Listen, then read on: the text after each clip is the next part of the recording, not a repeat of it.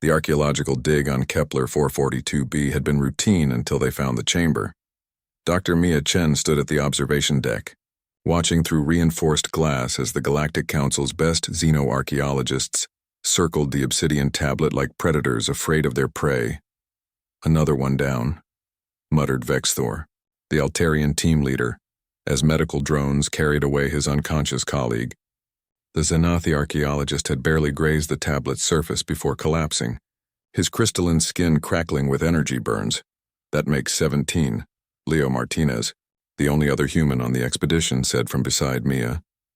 17 of the galaxy's brightest minds, and not one can touch it without getting fried.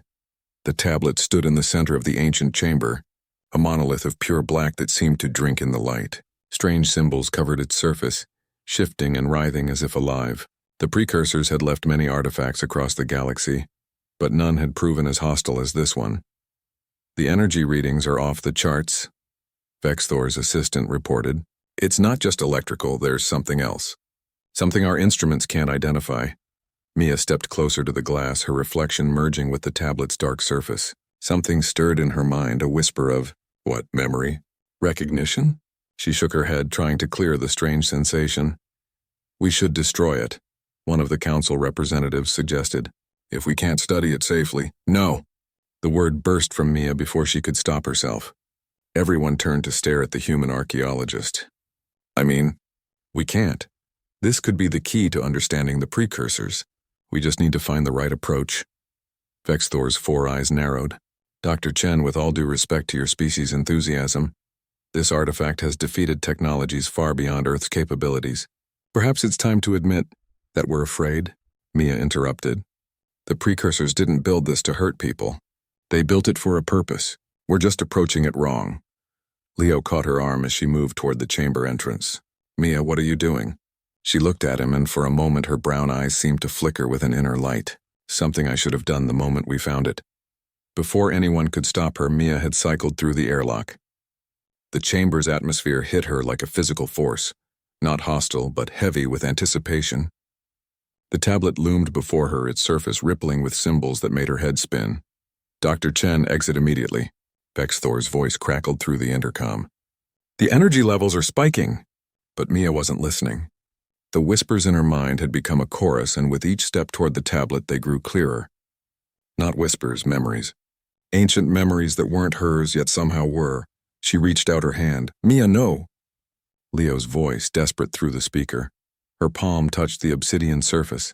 The chamber exploded with light, but Mia didn't burn. Instead, she gasped as knowledge flooded her mind. Images, sounds, emotions from a time before humanity had even dreamed of the stars. The tablet wasn't a weapon or a test. It was a memory bank, keyed to specific genetic markers, human genetic markers. "I remember," she whispered, tears streaming down her face. "Oh God, I remember everything." The tablet's surface began to change, symbols rearranging themselves into patterns that suddenly made perfect sense. Not to Dr. Mia Chen, the archaeologist from Earth, but to the part of her that had been sleeping for millennia. Through the observation window, the assembled scientists watched in stunned silence as the hostile artifact that had defeated their best minds responded to the human's touch like a loyal pet. The chamber filled with holographic projections, star maps, technical diagrams, and records of a civilization that had spanned galaxies. "The precursors," Vexthor breathed. "They're showing us their history."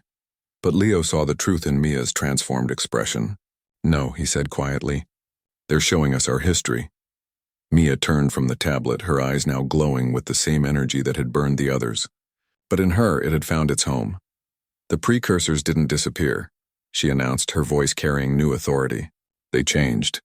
They scattered their genetic legacy across the galaxy, hiding it in primitive species on backwater worlds.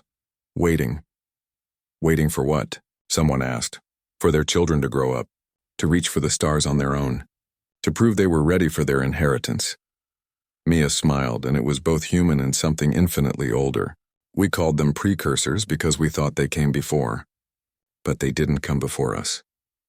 They became us." The tablet pulsed one final time, and across the galaxy every precursor artifact suddenly made sense. Humanity had touched its birthright and remembered. And in that moment, The youngest species in the Galactic Council became its eldest member, and the galaxy would never be the same. Leo stepped into the chamber, no longer afraid. As he approached Mia, he saw the wonder in her ancient new eyes. "So what happens now?" he asked. Mia placed her hand on the tablet again, and this time it sang. Now we remember who we really are. And we help our younger siblings remember that they're family too." The real journey had just begun.